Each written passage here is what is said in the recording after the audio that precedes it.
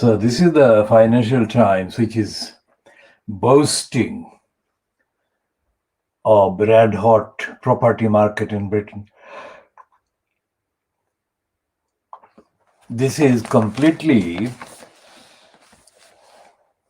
absolutely accurate evidence justifying our renaming of the Financial Times and the Financial Crimes. How do they justify this? What is this? This is complete criminality, because it's not talking about housing.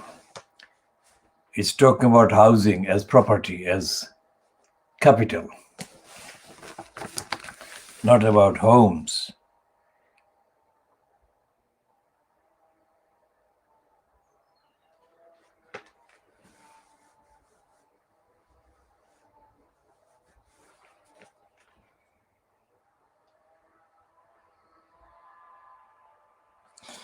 And the Financial Times is talking about Scotland. Scottish National Party is on course for victory once more in tomorrow's elections. First Minister Nicola Sturgeon has been tapping into the resentment many Scottish people feel at being ruled from London by a Conservative leader and policies such as Brexit that they did not vote for. The SNP could even gain the slender majority it needs to press for its second chance in 7 years of winning independence in a referendum. We shall be talking more about the impact and the implications of that particular independence referendum, not to be confused with the referendum being held in Tower Hamlets in East London and in Newham in East London, next door to Tower Hamlets, over the issue of the corrupt post of elected mayor. As we have been saying, there is endless numbers of evidence that the corrupt mayor post and the corrupting mayor post is bad for the community, bad for the electors, and bad for the two boroughs. Because there is no accountability, there is no transparency, there is no democracy, there is no service to the people that elect the councils. But the question that needs to be answered in action, and the issue that we emphasize in the strongest possible terms, whether it's the local referendum or it's a kind of case of national referendum in the case of Scotland. Independence or democracy, these are not static, guaranteed, automatically delivered and available services. Every service has to be fought for. Every action for democratic accountability has to be expressly and transparently fought for. And every outcome, democratic outcome, fairness, equality, justice, depends entirely on the willingness of the seekers of these outcomes to put in the time, the energy, and make the sacrifices.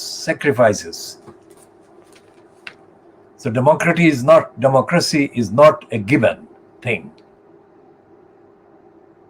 Democracy as an alternative to dictatorship is not a given, automatic, guaranteed thing. It has to be a process of continuous fighting for it. So if theoretically the people eligible to vote are going to vote to scrap the mayor system, the corrupt mayor system in Tower Hamlets and in Newham, then the removal of these corrupt posts and post holders will not automatically let in a better system by the council, better system in the operation of the two councils, or the operation of the particular council that actually does end up scrapping the mayor system. In the case of Newham, the mayor system has been there for 19 years, from 2002. And in the case of Tower Hamlets, it has been there for 11 calendar years, from October 2010. And neither holder of the post has been found to have delivered even a fraction of the token amount or quality or standard of accountability or democracy or honesty. So the individuals holding the posts have made the already bad posts very, very much worse. So let's hope that tomorrow, Thursday, both Tower Hamlets voters and Newham voters throw out this corrupt burden, wasteful burden, criminal burden. We shall be talking more about Tower Hamlets and Newham in the course of this particular edition, Part B. Now, there is a briefing note which is detailed on page 2, like yesterday, I think, in the Financial Times. Well, there are 2 pages there. One is page 6, and UK ties boosted, page 2. UK ties with India. And it says that Modi is under fire as aid pours in to India.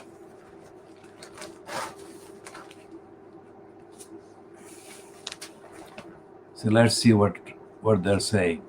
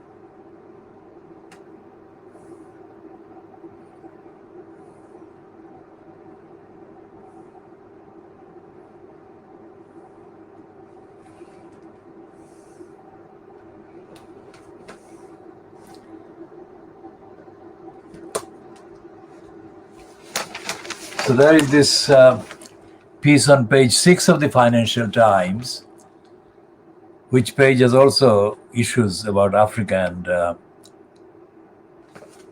Brazilian death toll, which has exceeded 400,000. Nearly 500,000 people in Brazil have died. Modi faces criticism about slow rollout of medical aid as cases soar. And in sport, Indian Premier League cricket has been suspended after positive tests. So there are 2 writers there on that cricket piece. Samuel Agini in London and Benjamin Parkin in Bangalore. Bangalore is in South India. The Indian Premier League has been suspended after several players and staff tested positive for COVID-19. In effect, bringing the world's biggest cricket league to a premature end. India reported more than 350,000 COVID-19 infections yesterday, along with 3,400 deaths. The surge in cases has sparked a humanitarian crisis over overwhelming hospitals and cremation and burial grounds. The league confirmed on Monday that 2 players for the Kolkata Knight Riders franchise, Varun Chakravarti and Sandeep Warrier, tested positive for the virus. Local media reported that several players and staff at other teams had also come down with COVID-19. A number of other players, including 3 Australians, had already quit the league over concerns about the second wave and flight bans imposed on India. The Board of Control for Cricket in India, the game's governing body, said it did not want to compromise the safety of players and staff by continuing to play, which is absolutely the right attitude to take, but not the attitude that Modi has taken. So Modi is being criticized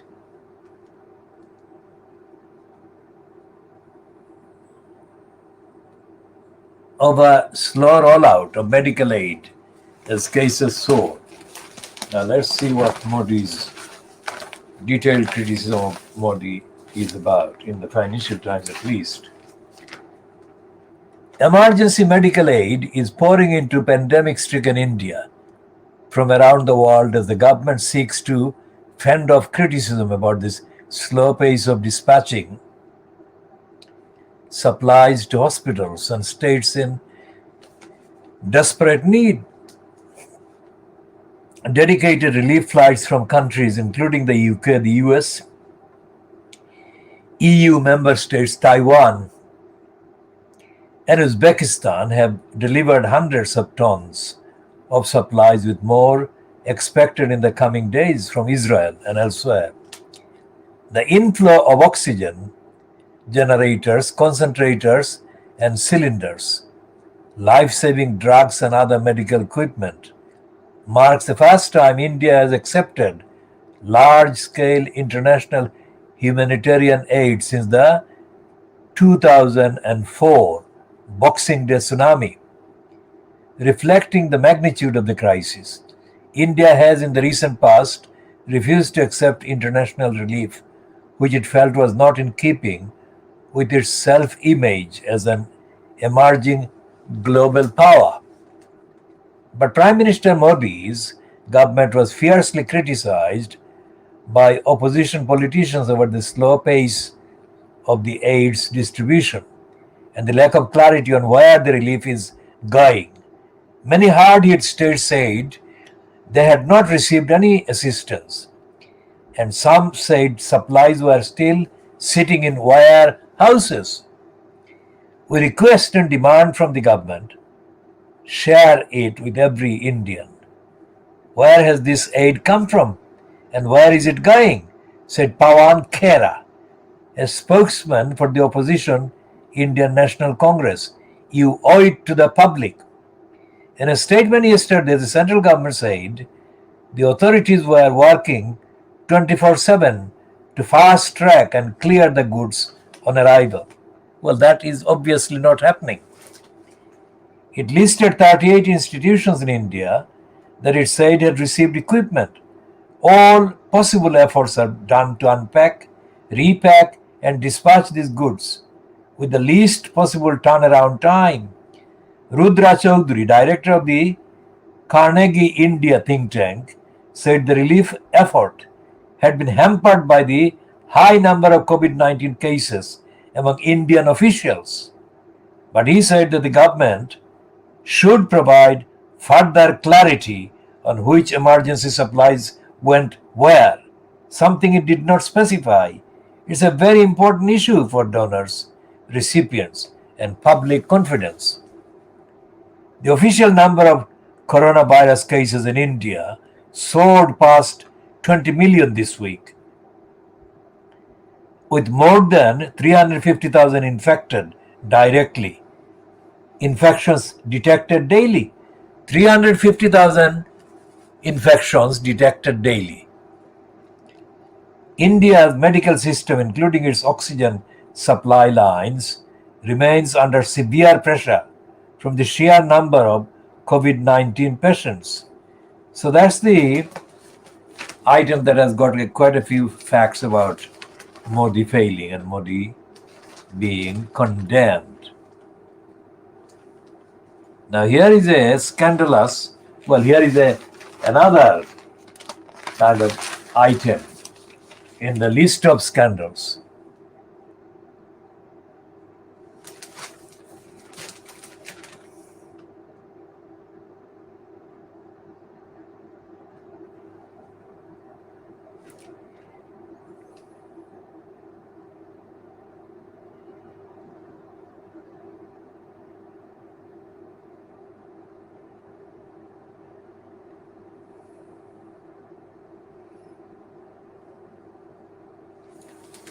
And there is a misleading plug for the deal between India and Britain, the business deal, because negotiations would not begin until the autumn. So all this positive news about the deal is completely false.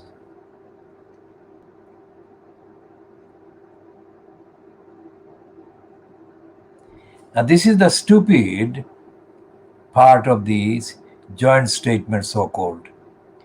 It's about almost £1 billion worth of a deal between India and Britain. New and transformational, comprehensive strategic partnership. What the hell is that supposed to mean? It is meaningless. Complete puff.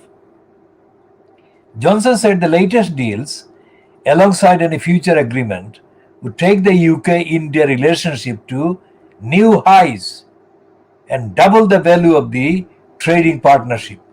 Bilateral annual trade is estimated to be worth 23 billion. Now this is absolutely false because they are speculating and hyping up, because the full trade agreement, the negotiations on a full trade agreement would not even begin until the autumn.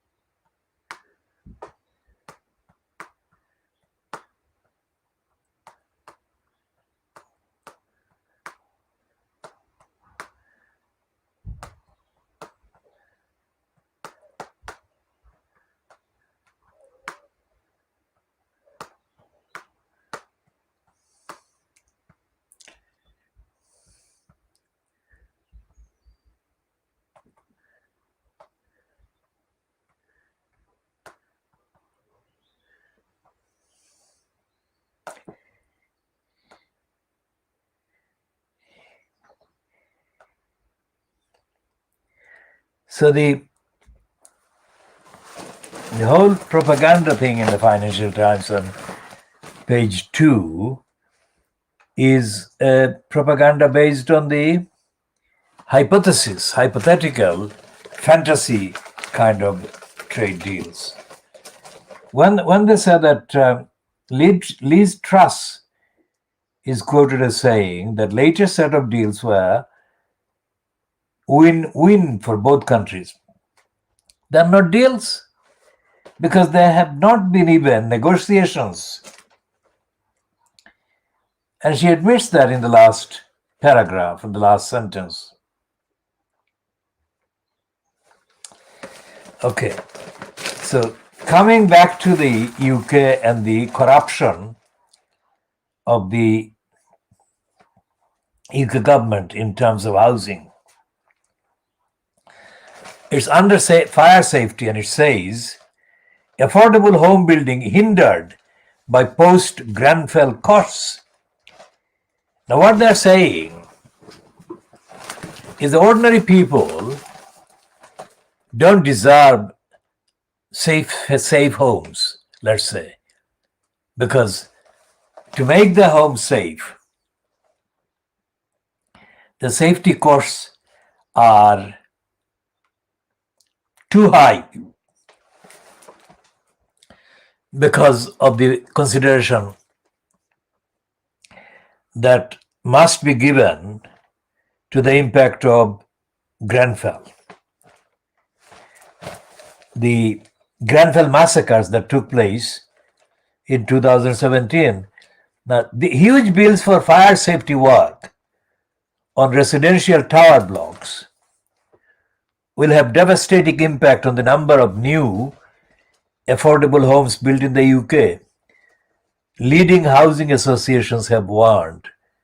Now this is the kind of reporting propaganda that warrants the Financial Times being called financial crimes.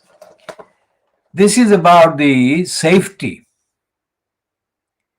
and they are presenting the cost of safety as a problem.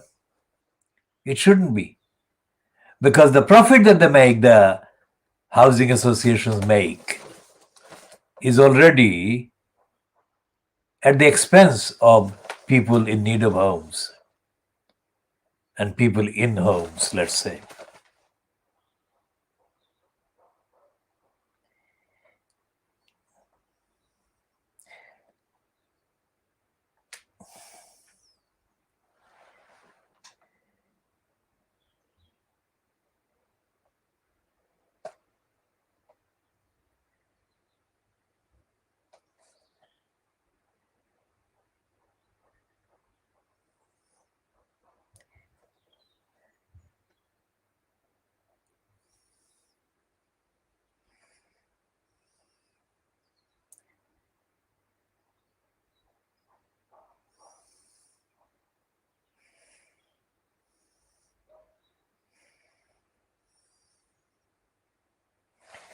And there is a dispute between the Conservative majority House of Commons and the House of Peers about leaseholders being made exempt from fire safety costs. So this piece in the Financial Crimes is irresponsible and stupid because it doesn't actually address it. It gives the estimated costs to house builders, but it doesn't give the costs to society, to individual people, the health and safety of the people who need the housing and live in the housing.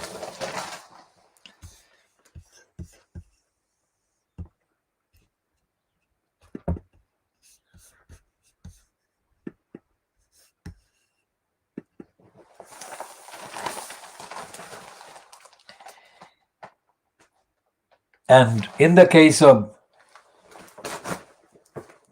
the elected executive mayor for the Bara-like Hamlers, we go back to the behavior of John Prescott, the criminal. Prescott was the crook that was used as a stooge by Tony Blair, who browbeated, that is, intimidated local councils into accepting large-scale kind of transfer of housing stock to private sector, in effect, like it happened in Tower Hamlets with Haque.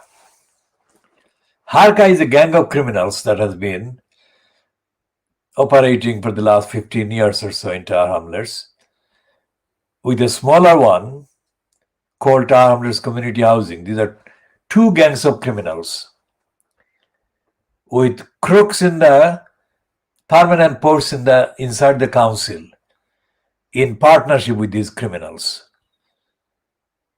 And the large number of council housing stock that was transferred to Haque, Poplar Haque, and Tower Hamlets Community Housing are worth billions of pounds. Quite apart from the worth in terms of market, capital market, the level of accountability, that council housing controllers or owners, that is the local council, owed to tenants and residents has almost disappeared, and turned the social housing stock, that was the status of the stock before it got transferred to the crooks gangs, the stocks have become effectively commodities that are being treated as capitals, not as homes. Now this matters, because if the main interest, the main kind of description and the main purpose of the housing stock is as capital, then the interest in making it a home fit for education, fit for healthy living, would be hardly there. So there won't be any social commitment to making the homes socially compatible. And the propensity and the tendency would be to transfer ownership of the properties at increasing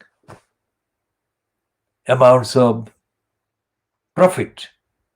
That's what happens with commodities being sold in the market. So housing is being regressed. Whatever council housing, social housing there was in the last few decades is being converted away from social thinking and social application. And therefore, the number of homelessness and lack of housing and the shortage are going up because the price rising. And as the Financial Crimes front page today celebrates, this is the celebration of the move to make homes less within the capacity of people to own. Buying, friends, who are the people that are buying this? These are not ordinary people, ordinary individuals in need of homes, urgent need of homes. These are mysterious buyers and interests that must be coming from all sorts of foreign and illegitimate sources. Nothing to do with society here. And in this coverage,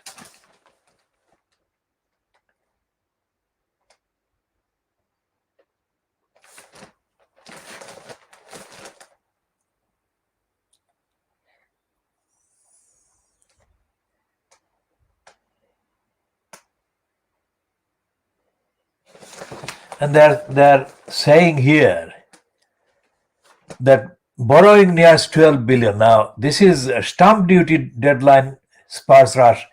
These are all abuses of the state and its resources. To further the amount of scarcity, further increase the amount of scarcity in the homes. Now, it is admitting there the potent mix of brightening sentiment, limited housing stock, and shifts in working are thought likely to drive up prices further in the summer.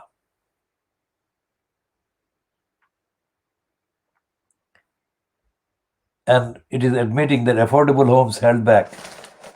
And it is blaming the duty of care to the home residents and tenants and buyers, whatever, to be in safe properties.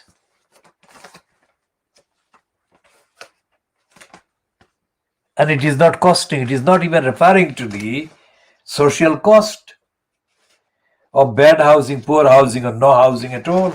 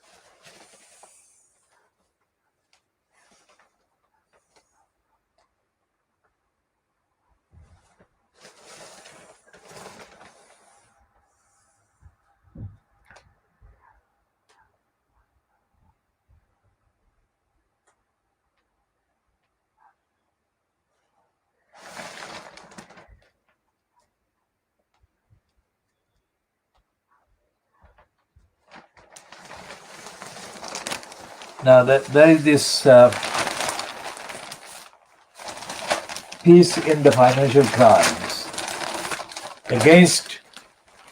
against the ban on evictions. And it is for the government to pay money to the private property owners. That is essentially what it is saying.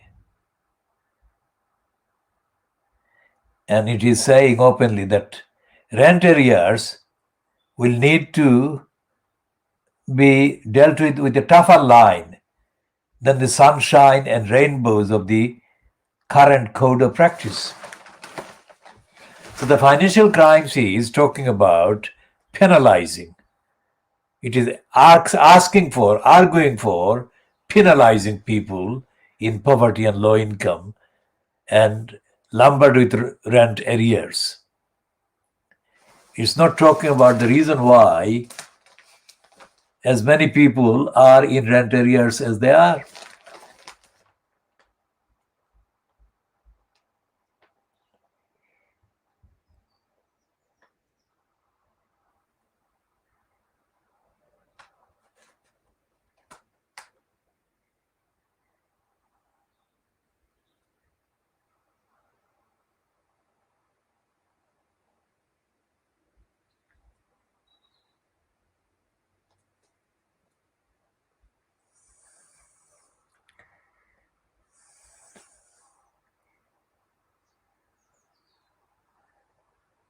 And the whole piece about government cannot duck COVID rent debt challenge is all for landlords and against commercial occupants.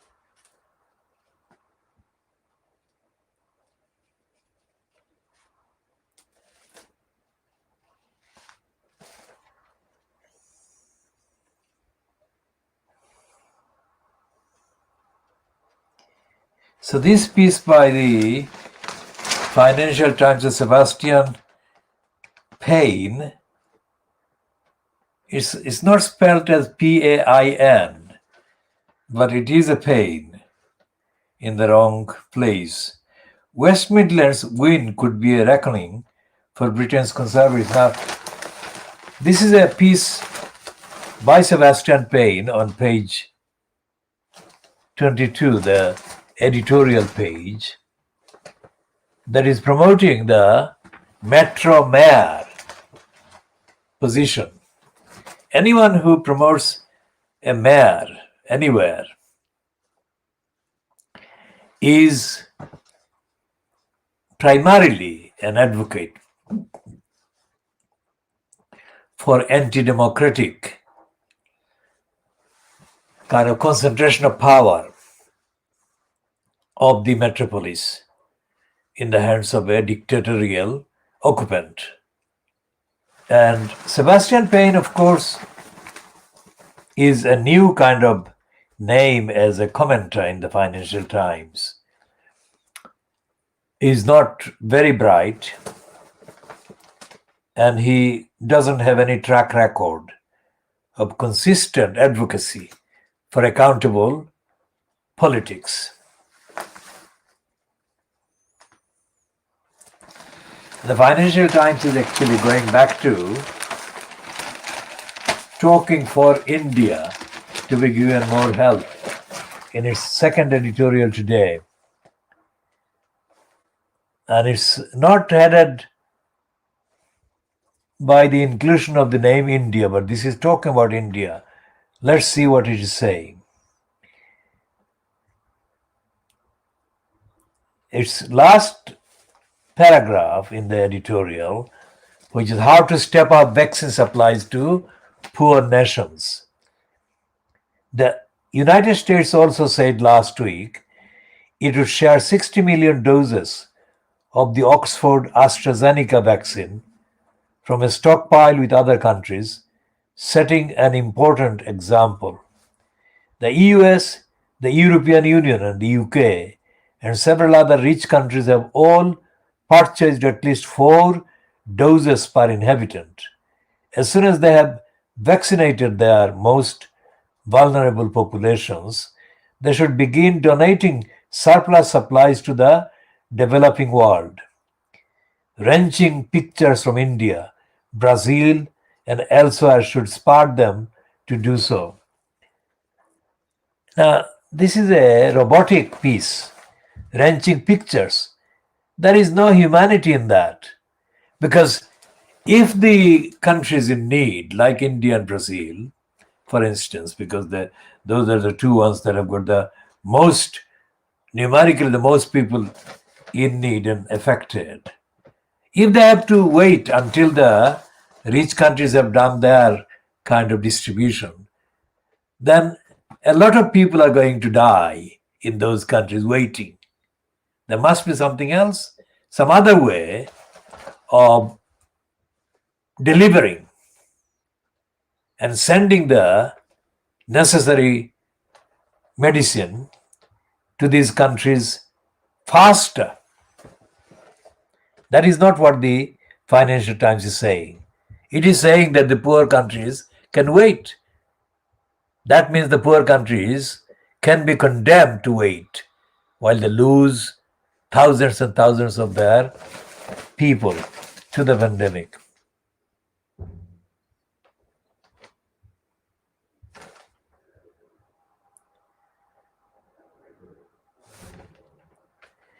Now this is an editorial about Northern Ireland in the Financial Crimes, and it is coming too late, because it says that Arlene Foster, who has resigned as leader, has paid a price for mishandling the Brexit process. It should have said at the time it was happening that she was mishandling the Brexit process, but the Financial Crimes didn't do that.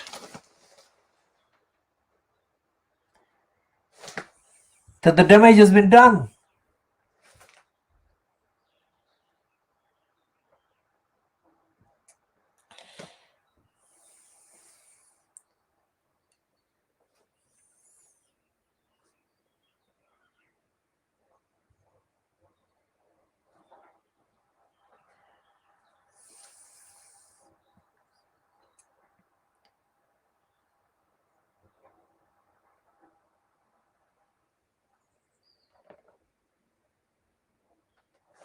And it's saying that the best way that the DUP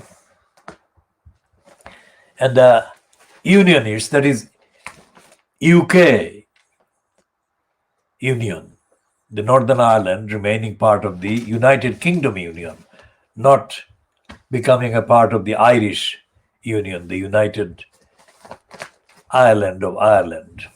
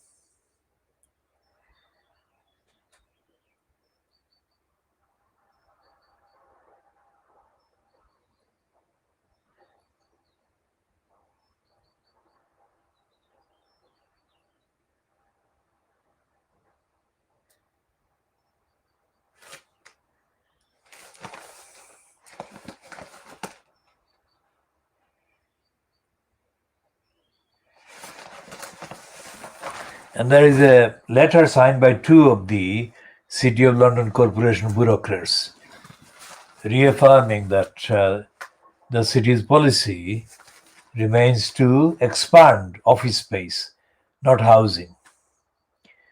Housing that will replace the current office spaces, as reported by Financial Times Lax column on the 28th of April 2021.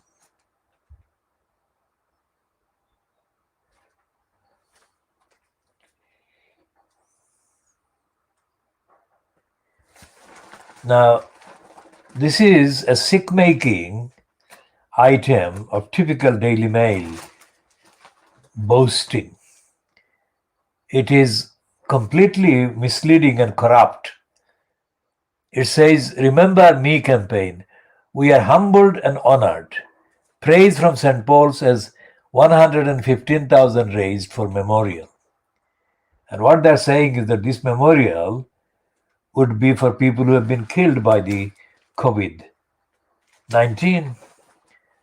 Now, this is sick-making because Boris Johnson said that he was delaying the imposition of restrictions because he didn't like the restrictions, and that he was quite content to let the bodies pile up.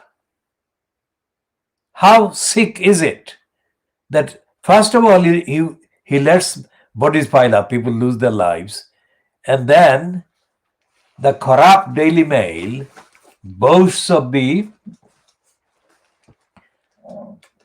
humbling donations people are making to remember those victims. Surely, their being alive would have been much better than any memorial. And that's the line that I draw.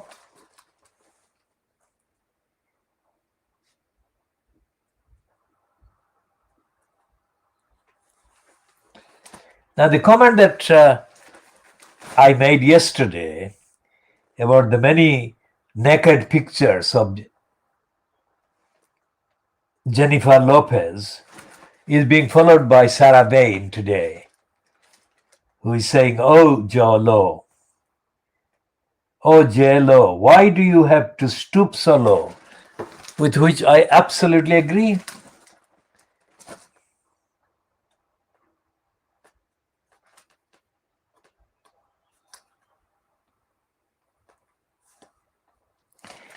And there is this relentless racist reaction in the Daily Mail about anyone who is questioning the role of slavery and slave owners and slave businesses.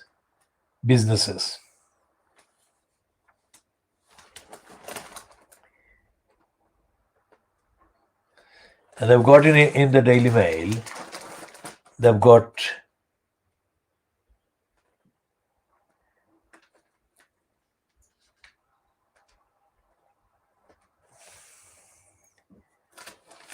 several pieces saying that the coronavirus restrictions in Britain must be ended.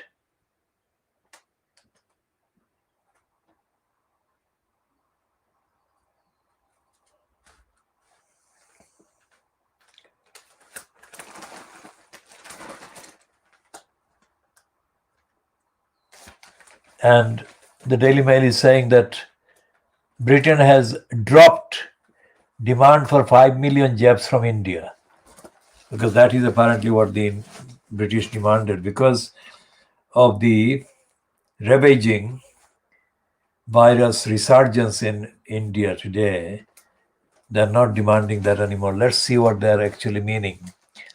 Britain has dropped demands for India to release 5 million doses of the Oxford AstraZeneca vaccine destined for the UK. Whitehall sources said efforts to lift the export ban imposed in March by the Indian government had been put on the back burner.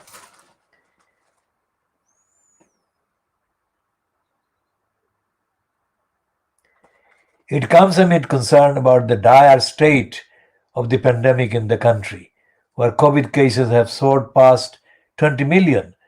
Johnson yesterday held wide-ranging talks via video link with his Indian counterpart Narendra Modi as part of plans to deliver a quantum leap in tries in relations between the two countries in the next decade.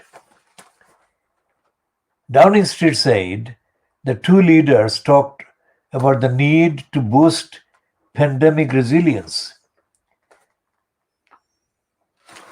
Now, this is not the truth about what Modi is doing, because this is a hype. And this hype will be used by Modi in propaganda to counter the condemnation he is rightly subjected to because of the hundreds of thousands of people being affected. That's what is happening in India.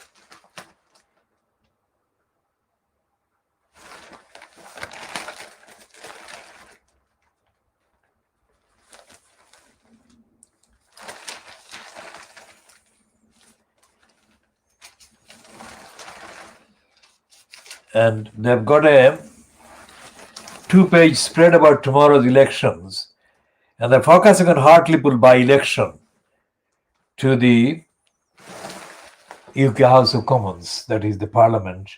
There will be an MP election in Hartlepool, and in the rest of the country there will be half of the elections to the mayors and the elections to the councils, but half of them, as I said yesterday.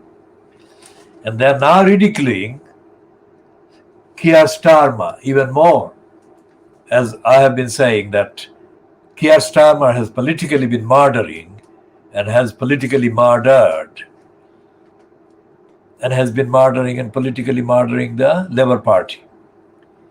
So the Conservatives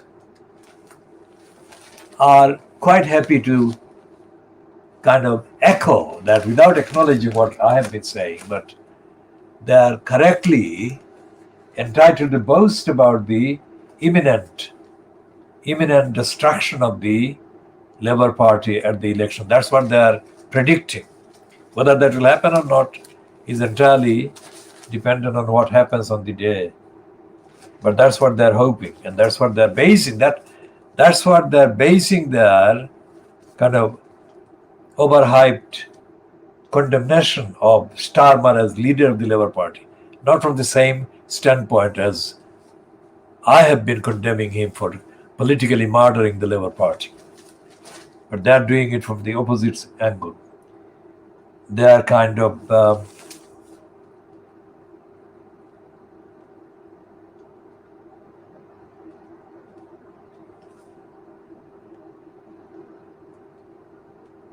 and the cartoon there by Pugh, P-U-G-H, on page 14.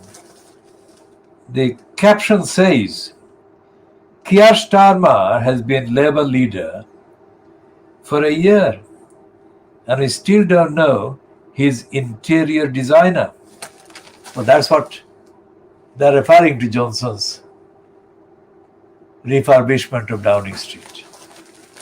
It's a kind of joke at the expense of Starmer.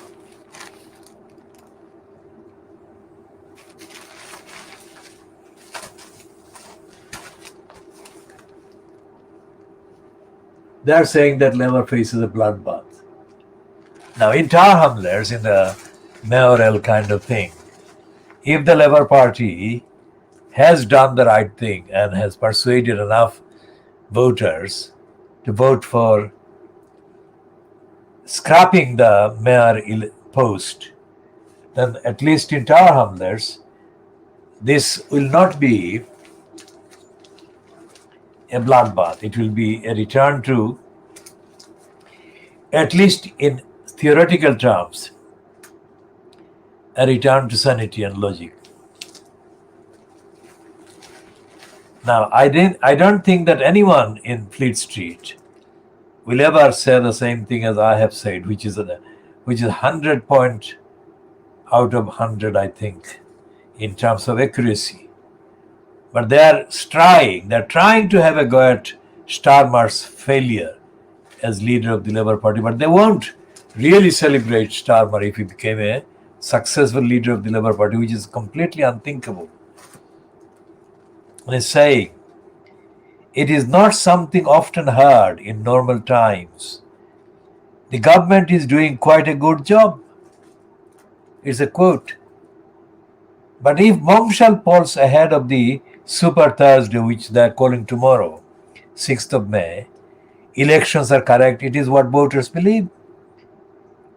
Should the Tories win the Hartlepool by-election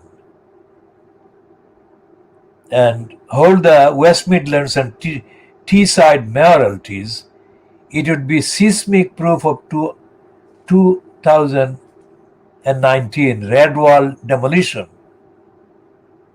was not a freak result and precipitating an existential crisis for Labour. Of course, Boris Johnson has brownie points with the public. Brownie points mean that the public very strongly support him, Boris Johnson. That's what the Daily Mail is saying.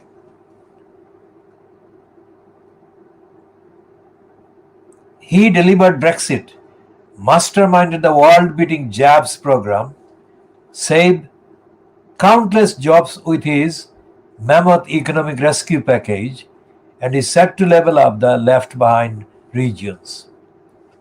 Left behind meaning the regions where traditionally Labour Party got the votes.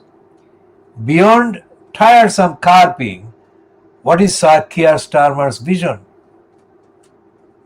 The carping means mean-minded criticism. Who knows, they say, that is dismissing Keir Starmer, of course, as they would like to, as any Labour leader. The Labour leader possesses no moral, philosophical, or economic argument. I have said all of this already. Instead of eye-catching policy proposals, there is a vacuum. Once the authentic voice of the patriotic working class, Labour's MPs and woke activists today openly loathe Britain, its people, history and traditions. The Mail hopes that voters will reciprocate that disdain and give this incompetent rabble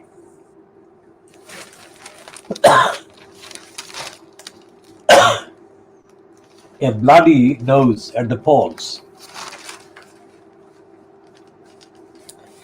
Here is the Daily Mail's picture of Jennifer Lopez that Michael Gove's wife, Sarah Vane, condemns.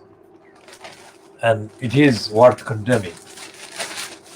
It deserves condemning.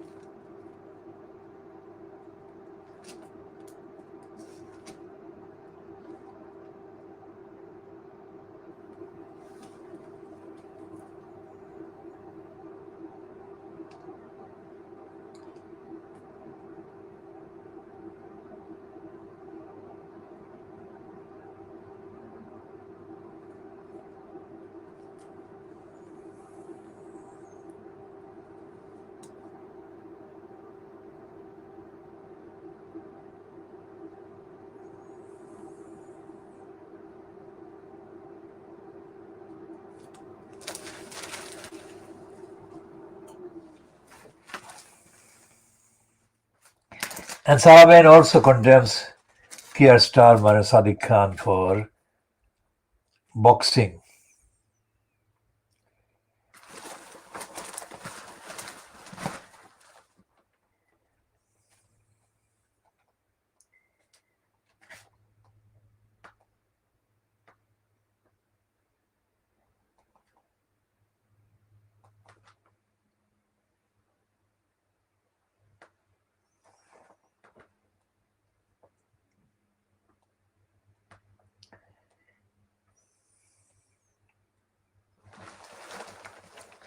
And the Daily Mail, which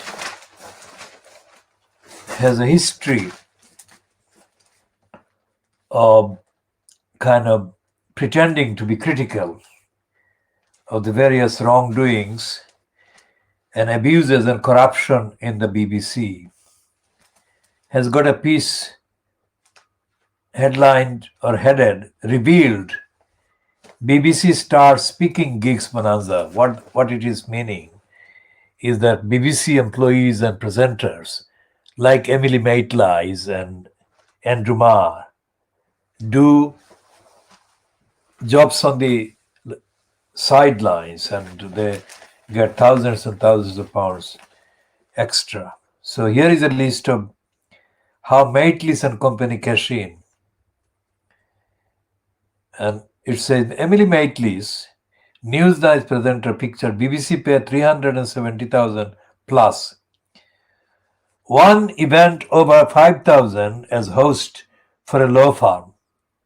The webinar was billed as an interview with Miss Maitlis on the company's website. What they're saying is that that was a lie.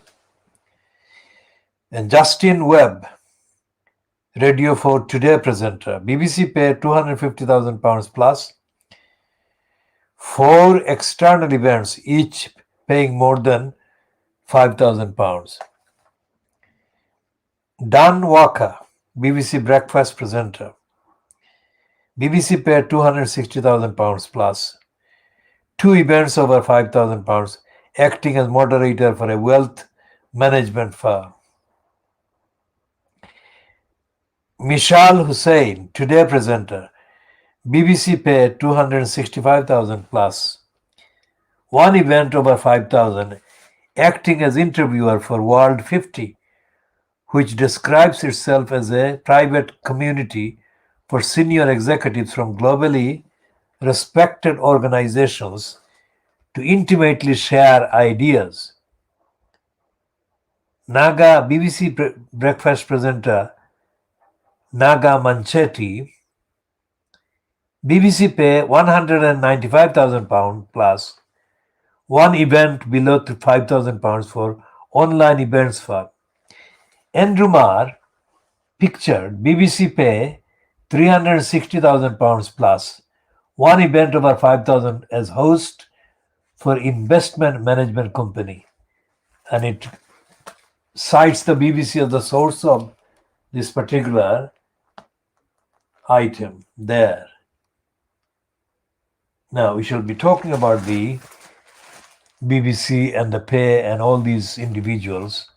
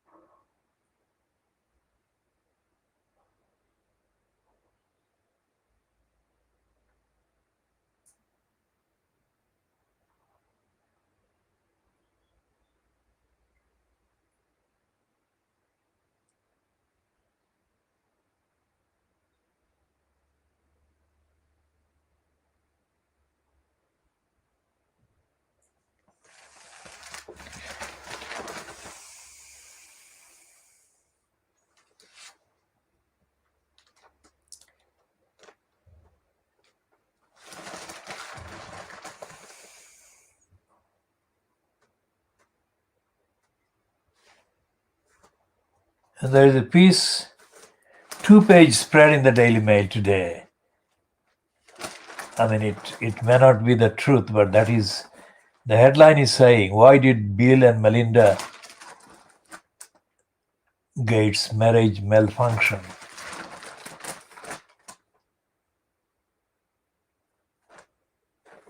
Okay, so this is the print edition of the item that we saw yesterday on the online Daily Mail about the murder of the Pakistani girl, well, British citizen, but she went to Pakistan.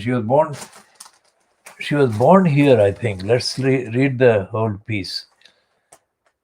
British law graduate shot dead in Pakistan after 2 men tried to force her to marry.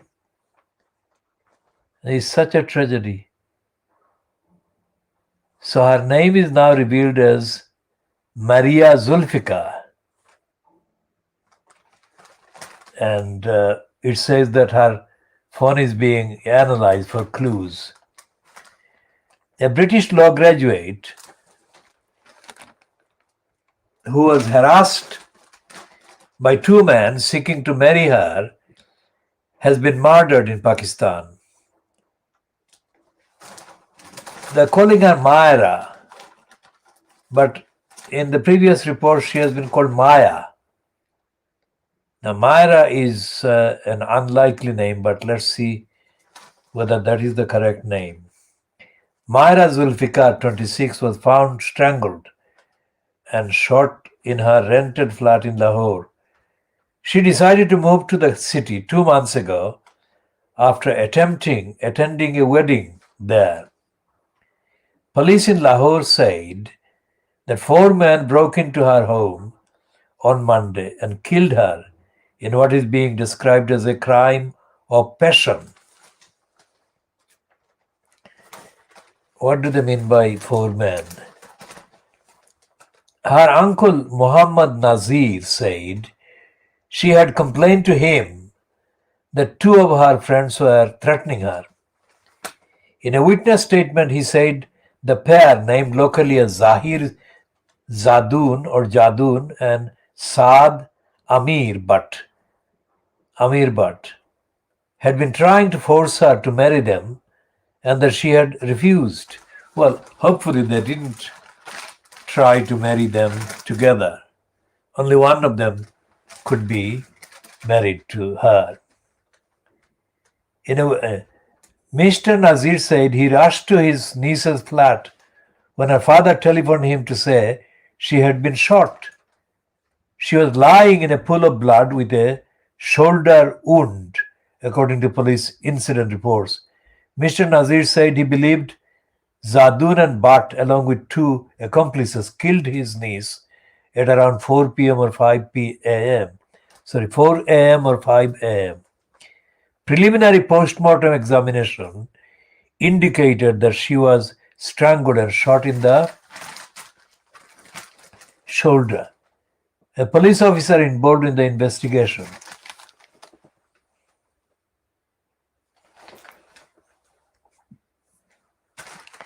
said the woman had a bullet wound to the shoulder, but the exact cause of death will be known after her post-mortem and forensic report, whether the death was due to a gunshot wound or whether her throat was strangled. We have launched an investigation into every aspect of the murder. More facts will come to light after the autopsy and forensic report. Police Superintendent Saeed Ali told local website Dawn that Ms. Zulfikar was lying in a pool of blood in her room with her mobile phone nearby. He said, "We have seized the mobile phone for forensic analysis. Detectives are trying to access nearby CCTV cameras to try to spot any culprits. We are also after 2 suspects and will share further details at a later stage. No arrests have been made." Ms. Zulfikar's distraught parents are understood to be traveling to Pakistan from their home in Feltham, West London. Gracie Duncan of Duncan Blackett Law, where Miss Zulfikar had worked, said she was a lovely girl, very quietly spoken, very keen to learn and to get into the profession. I am very shocked to learn what has happened to her. She said Miss Zulfikar work experience at the farm began last year but was interrupted by the COVID pandemic. On LinkedIn, she described herself as a law graduate, hoping to have a career as a commercial arbitrator. Having the ability to think on my feet makes me a confident person in making accurate decisions. Calls with strong communication and negotiating skills, added the former Middlesex University student. Now, what we are doing, we are preparing a detailed communication about her, and we're addressing it to Imran Khan of Pakistan. And the reason we are doing this is not about just this particular victim, but about Asian girls going to the subcontinent and facing various menaces and threats and danger like this from men in the three countries. I mean, Asian girls from the UK, it must apply to Asian girls from North American countries and Western European countries. But we are aware of the fact that girls going to Bangladesh, India, and Pakistan face this kind of problem. So we are starting with this one, and that is where we'll start with Imran Khan. And it actually covers everything. All the migrants are absolutely, regardless of their particular level or status or whatever in the country they migrated to, all the migrants, people from Pakistan, India, and Bangladesh, remain committed to their countries of origin, let's say. And when somebody like this goes to that country, they must be treated with real respect, and they must be protected and treated as valuable to the highest level. I mean, why was she murdered? Even if she said no, what gave them the idea that she should be murdered or even harassed? Number one. Number two is, what on earth was this stupid uncle doing? Because in other reports, this uncle, assuming it's the same uncle, said that she had told him that she was being threatened by these men. I mean, as soon as she said that, she should not have been left on her own at that place. The uncle should have rushed to her and should have done everything to protect her and save her. Number three, what on earth were the parents doing, letting her stay there on her own?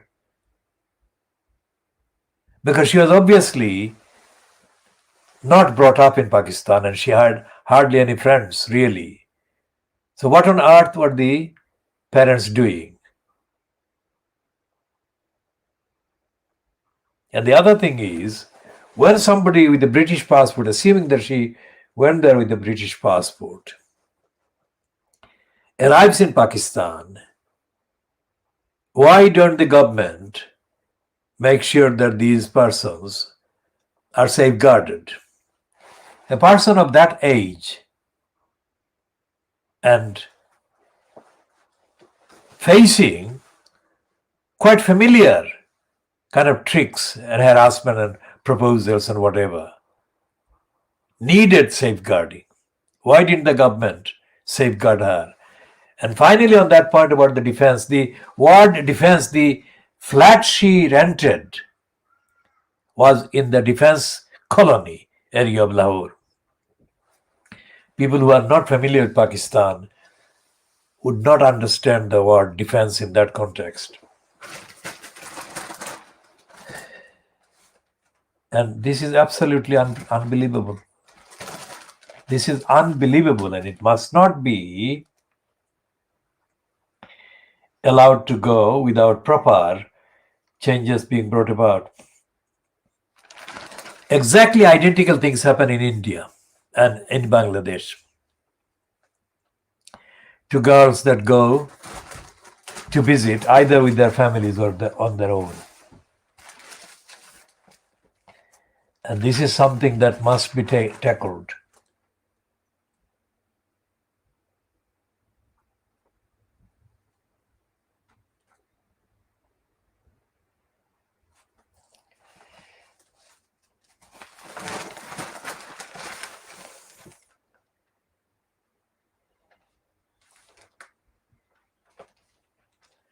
Now, these are the two police persons.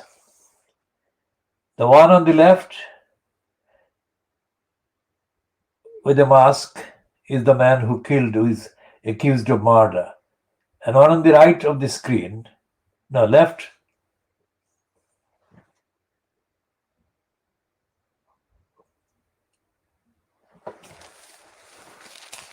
this woman, let's say this woman is the girlfriend or mistress of the man there. This is the one that is on trial for murder. And this is the one that is on trial for assault. And the one in the middle is the victim of both their attacks. And PC, police constable, murdered ex-soccer star by tasering him, then kicking head like a football.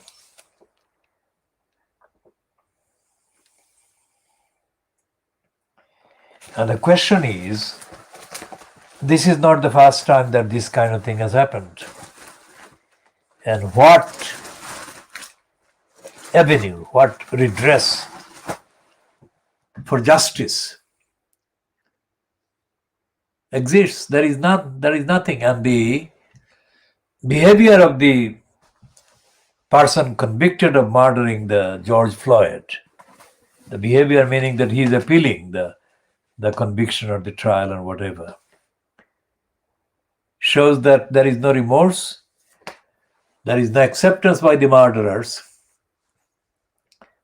of the fact that these are the victims of their murders are human beings.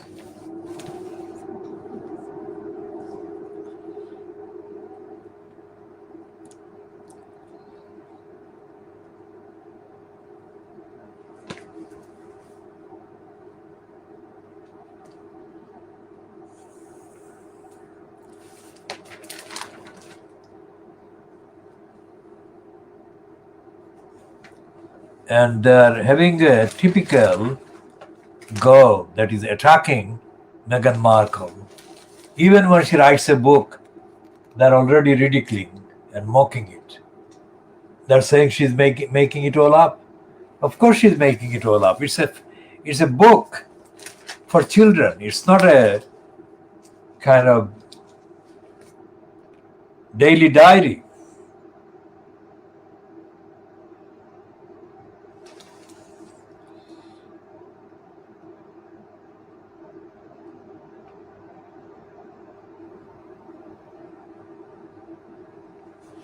Now, where is this fantasy? This is a fiction as well.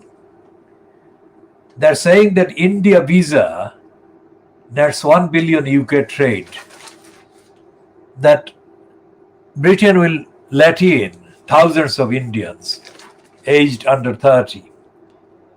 And the money they will pay for visa will be worth £1 billion. I mean, they're completely ignoring the fact that there is a raging third COVID-19 crisis catastrophe that is destroying India. Are they going to ignore all of that, and are they going to let in people from that country? And they are now talking about they're almost celebrating it already today. The Labour Party is heading for a poll pounding tomorrow. And their celebrating is here. They're saying 5,000 council seats at stake tomorrow. The Labour Party would lose 5,000 council seats to the Conservatives tomorrow.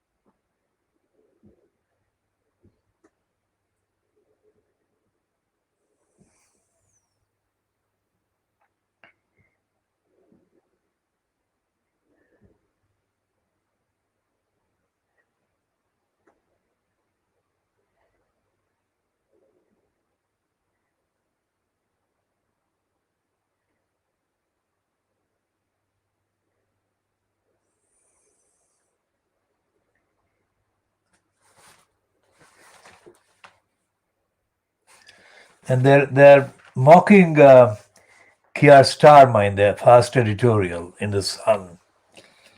They're saying Keir Starmer cannot shark his lion's share of the blame for Labour's misfortune. Of course, we have been saying it, that he has been politically murdering the Labour Party. We have been saying it. And we means we are opposed to everything the scum stands for, everything the males stand for, and everything Keir Starmer stands for. We have been absolutely objective, and we have been accurate about his disastrous role. And they are now celebrating this one, who is described as a professor of politics, University of Kent, and he's called Matthew Goodwin. And he writes, "Are you ready for Super Thursday?" I know I am. He's like he's talking in a pub, celebrating prematurely the destruction of the Labour Party that Keir Starmer has already achieved already.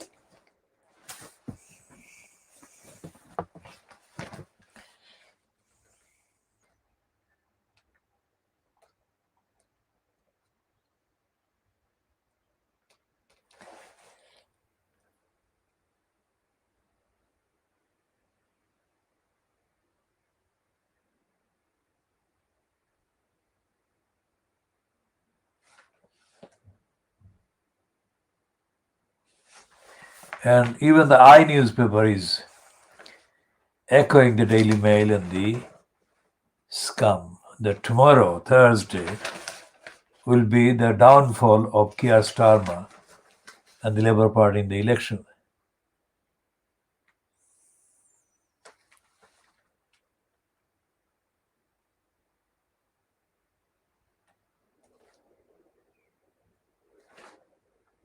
And the I newspaper has also got a piece about Emily Maitlis and others earning extra cash.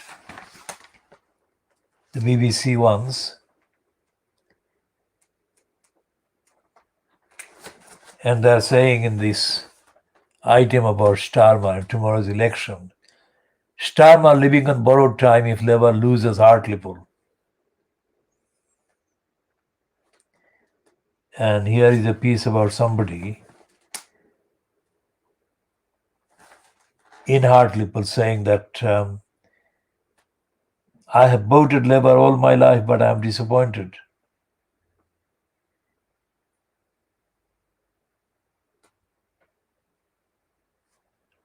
And Boris Johnson is overhyped in a picture that he staged in Hartlepool on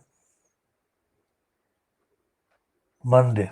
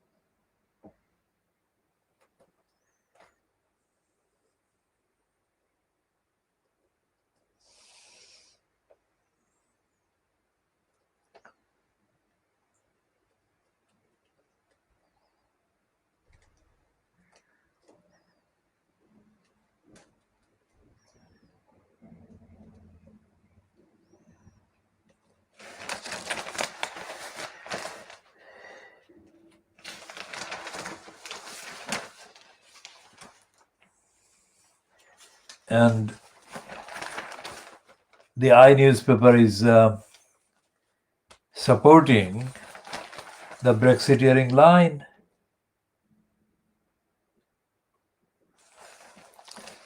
And the I newspaper also says in the heading that ex-footballer Dalian Atkinson was killed by an angry policeman.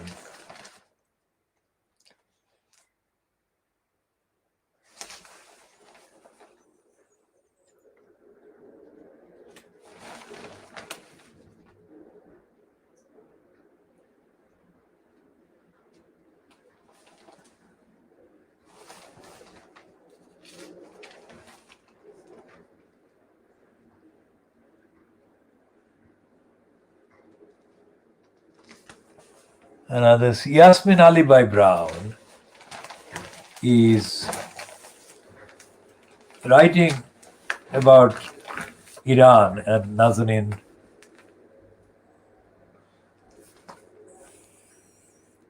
Zaghari Ratcliffe. But the heading is only partly correct, the striking silence of British Muslims. And it says the majority turned blind eye to victims of hardline regimes. Now, as anyone watching this program will know, I have been condemning Muslim communities and leaders consistently.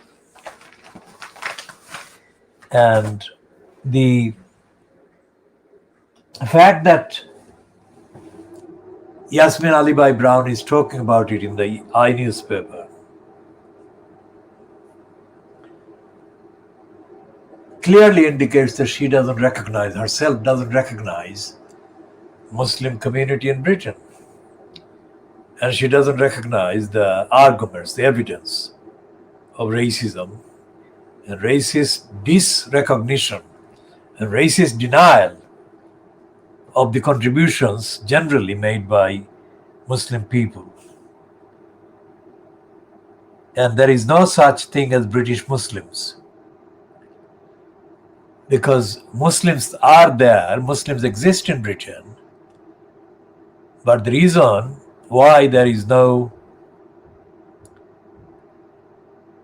united stance on issues like human rights and justice and fairness by Muslims is because of the racists wrecking any possibility of creating a kind of rigorous platform, objectively active on objective criteria and representing most of the ordinary Muslims. And Yasmin Alibai Brown, I think before she became a Brown, because Marina Salandi Brown was the other kind of ethnic black woman that the same Brown had married. And so this Brown defected to a Yasmin Alibai Brown and lent his name to her. When she was used by the New SS, that is the New Statesman, in the late 1980s and early 1990s, as the Muslim named kind of stooge for anti-Muslim propaganda in the British media, engaged in the launching of the Saitan Rushdie strategy. Yasmin Alibai had only begun to shed her career as a teacher in the Inner London Education Authority, I think, or a London teacher, London school teacher. Yasmin Alibai was never a journalist. Yasmin Alibai was never a political activist. Yasmin Alibai was never an organizer. Yasmin Alibai never fought any anti-racist campaign. And Yasmin Alibai cannot claim any acquaintance with any campaigning part of the Muslim population in this country, or indeed any other part of the targets of racism. And yet she is saying that the striking silence of British Muslims, this is like she is reviving her career. At the highest point, she was valued by her users, racist users, anti-Muslim users, as a usable kind of stooge to have a go at Muslims and to attack Muslims as part of the agenda, as part of the narrative that was being launched by a Saitan Rushdie and his satanic verses. That was happening in the late 1980s and early 1990s. And Yasmin Alibai was the Muslim name that the BBC couldn't give enough platforms to, and the Guardian and others dedicated to opposing and undermining Muslims. This is a piece that actually takes Yasmin Alibai Brown back to the days of Yasmin Alibai, who was launched as a parasitical Muslim experts by the anti-Muslim media to supplement the lies and propaganda, misinformation against the Muslim community that Saitan Rushdie was being used to propel. And that was against Iran. That whole episode where Yasmin Alibai Brown was kind of recruited as a tail for Saitan Rushdie was to do with the fatwa that Ayatollah Khomeini had issued against Saitan Rushdie. which raged as the main attack on Western values that the anti-Muslims used for 10 years or so. And that 10 years was followed by the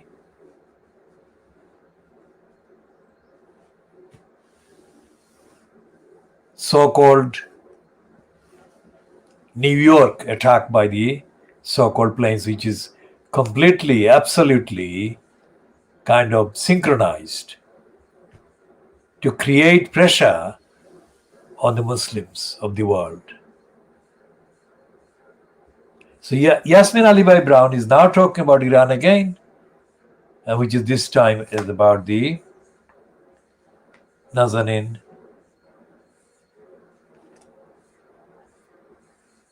Zaghari Ratcliffe, an Iranian.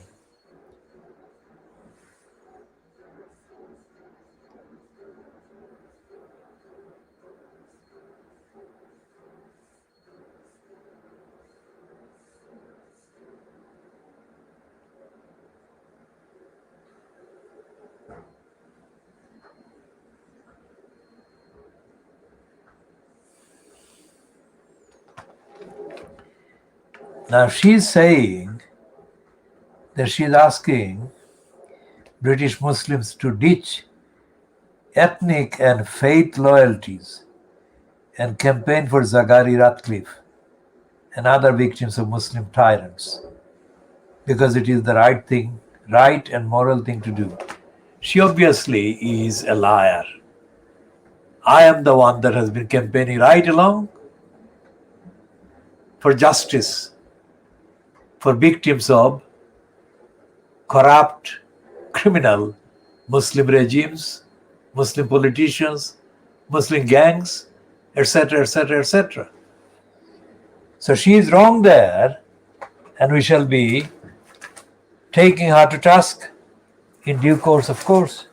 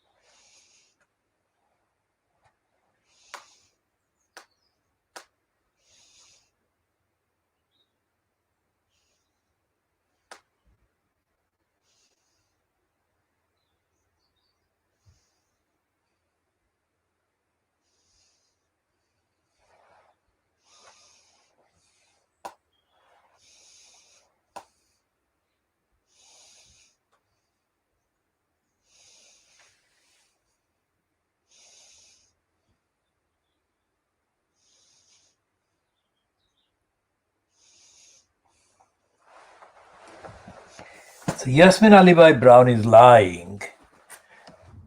Only weeks after she said that Britain was too racist and she no longer recognized her own country, which is what she calls Britain. And now she's turned again against Muslims.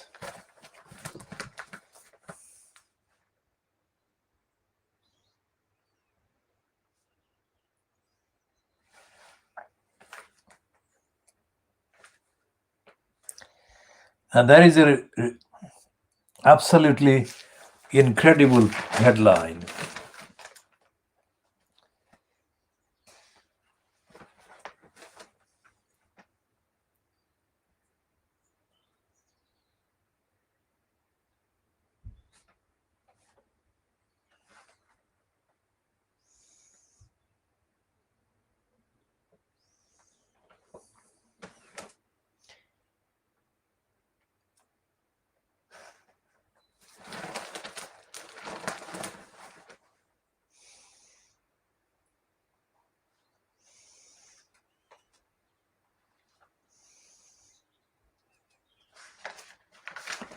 There is a piece here about racist speech given by a stressed lawyer.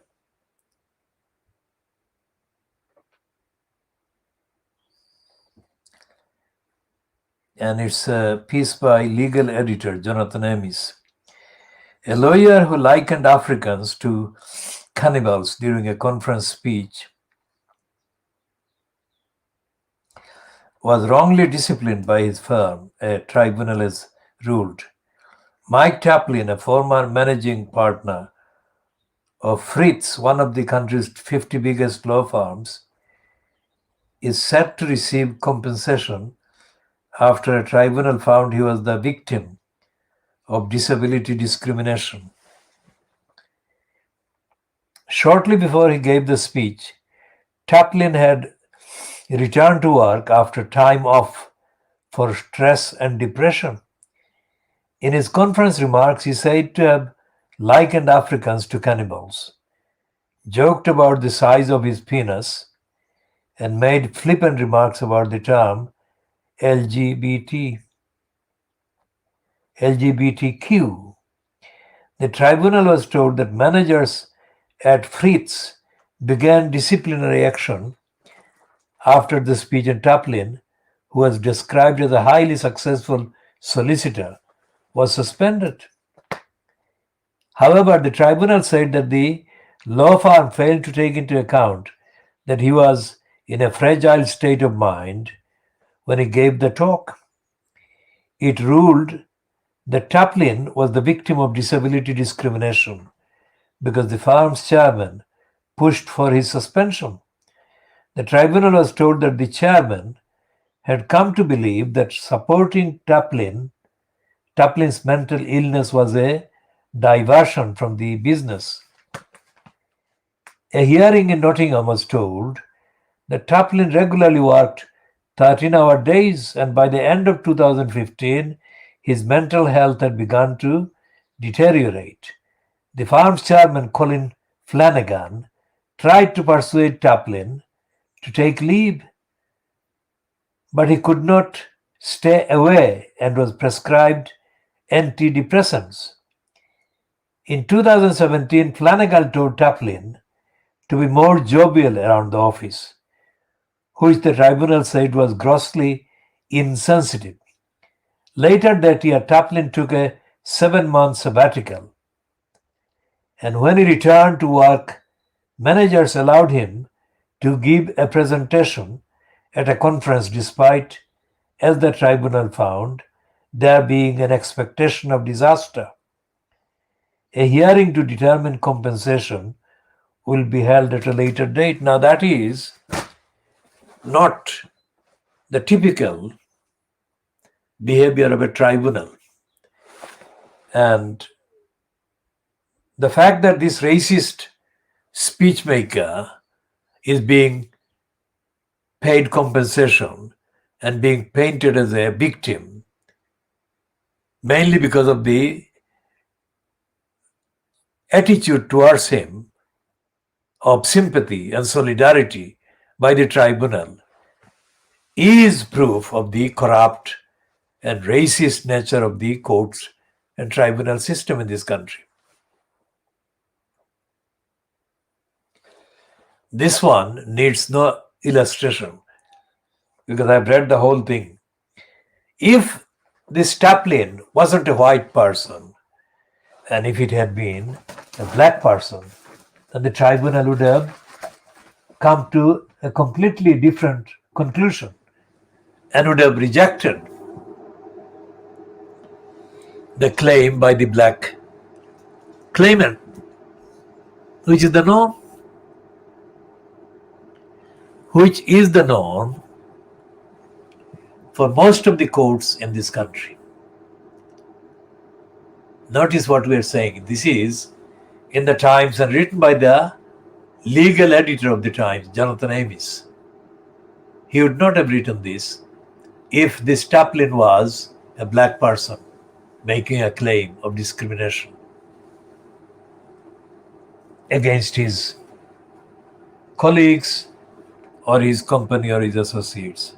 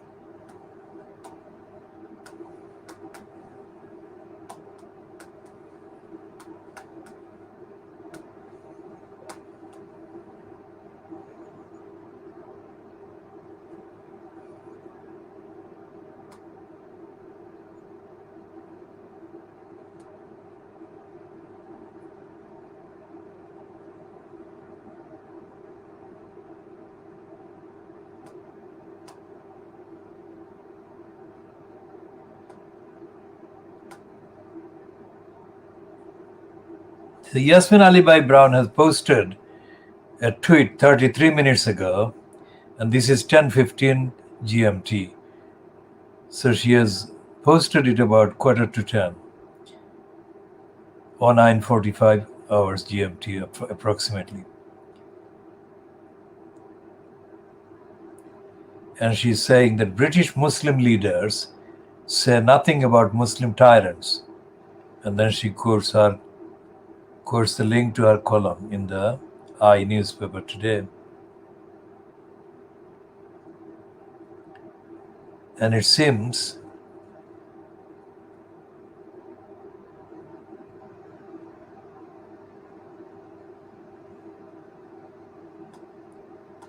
that there is a whole lot of other Twitter accounts that the Twitter company says are similar to Yasmin Ali Bai Brown, Jeremy Vine on 5, Owen Jones,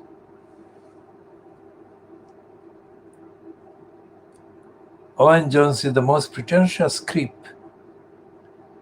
David Lammy, Matthew Wright, Afhash,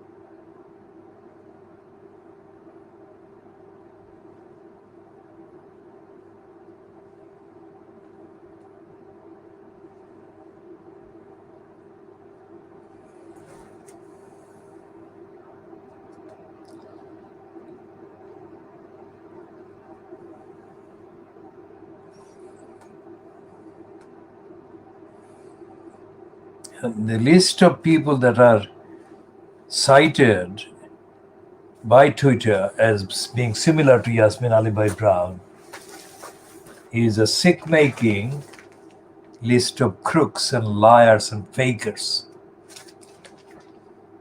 And there is no justification for following them at all.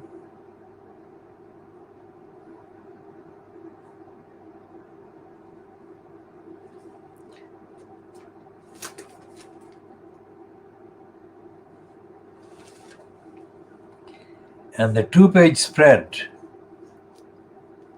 by the Times about the election tomorrow is headed by Labour left says Starmer should quit if more of the red wall falls. Now there is no Labour left at all. There is no Labour left at all. Because Starmer has politically murdered the Labour Party. Remember, that's what we believe. And it's saying that the Labour left exists. So the Times is actually 200 years behind.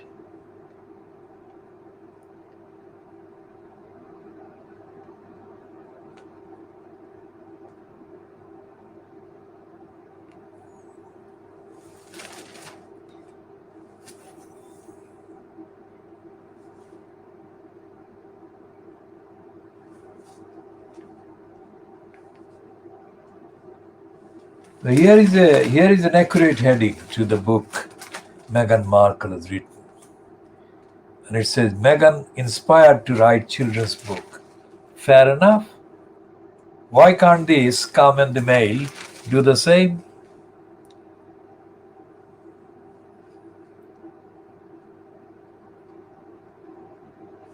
And the Times is overdoing it. Overdoing the hype for ending all the restrictions.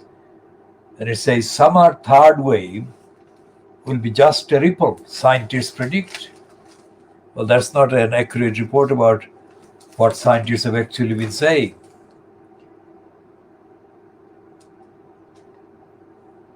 Here is the horror scenario. I mean, you name Turkish and that's it. And they've got it on the front page, on the next page, that is. Turkish backdoor to Britain from virus hotspots. So the virus is coming from Turkey now. And they're contradicting themselves in the next page.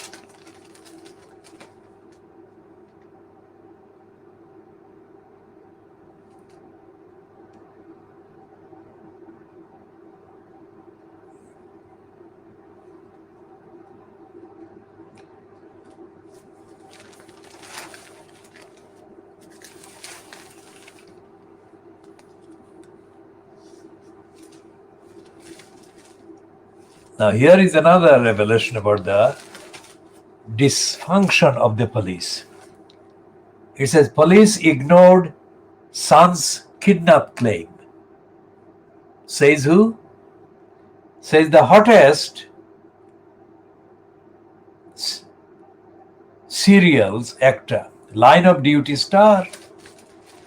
That's it. That is the conclusive, definitive evidence that they are using as the topical, most popular.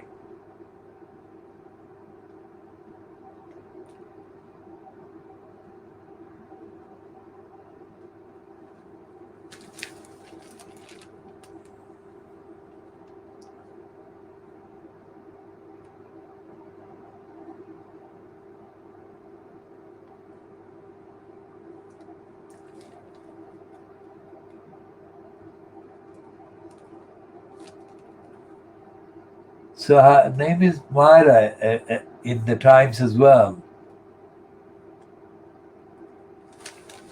They're calling her Myra Zulfikar, who had complained about wedding proposals. And we shall be taking this up with Imran Khan as part of our campaign for justice for girls and young women like her that are victimized, assaulted criminally, attacked in Pakistan, Bangladesh, and India.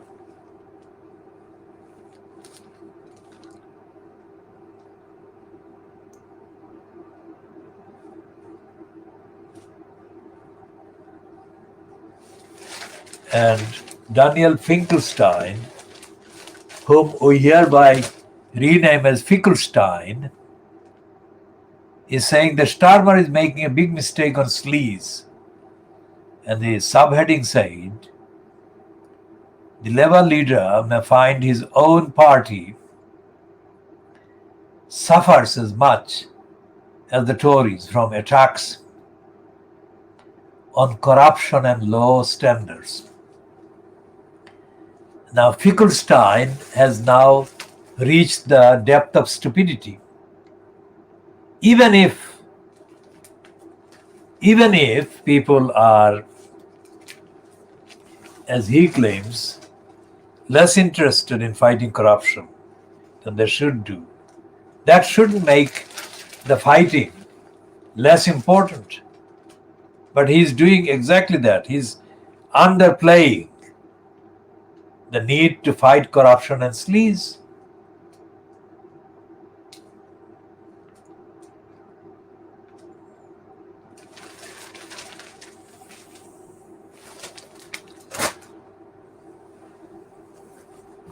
Now here is the piece about the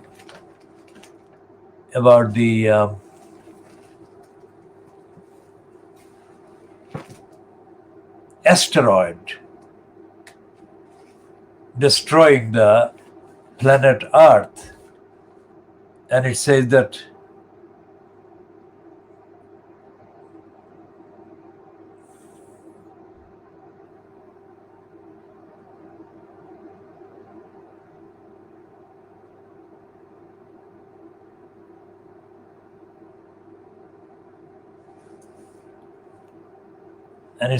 space buffs say we have no chance of surviving an asteroid collision. Break it to us gently, NASA. That's what it's a joking headline. But detailed reading of the reports that are circulating in the USA make it very horrifying. And they say that even given 6 months preparation, human beings cannot stop at an asteroid heading for Earth, and the Earth will be completely annihilated by any hit by the asteroid.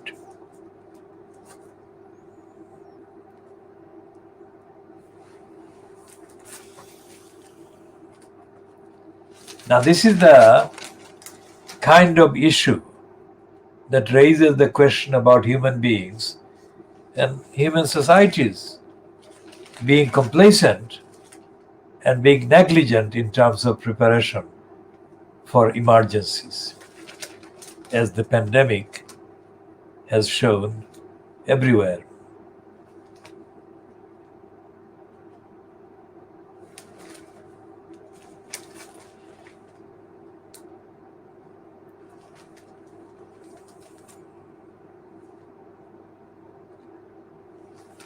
And there is a racist, Les Dennis, who is apparently, according to the racist Daily Star, is fuming because he says he's not racist. He has made a career. He has made a career by being racist and overdoing the racist callousness.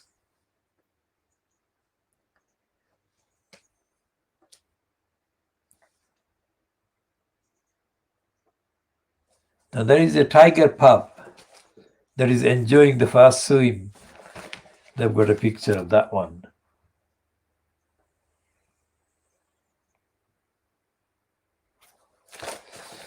And they're saying an adorable tiger cub gets some help pawing through her very first swimming lesson. The little Sumatran cat appeared bedraggled as she took to the water at Zoo Miami in Florida. The zoo's Ron McGill said she passed her test, though her face let us know she was not happy. Of course.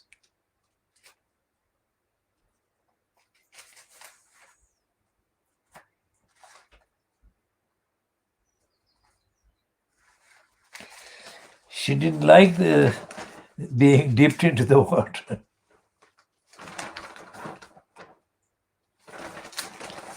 Okay, so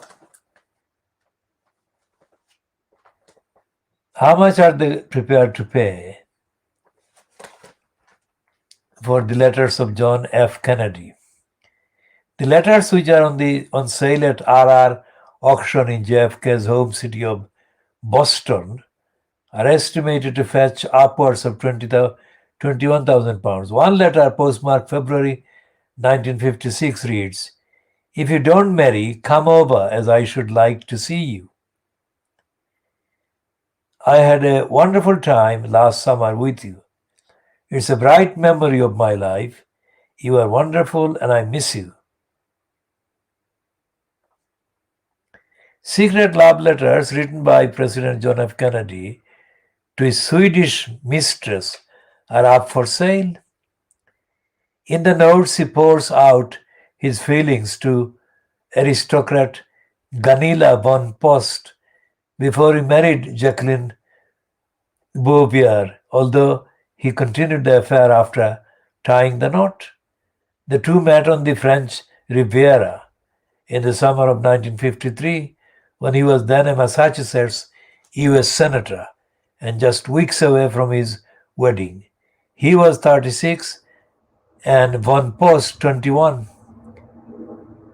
The letters, which are on sale at RR auction in JFK's home city of Boston, are estimated to fetch upwards of 21,000 pounds.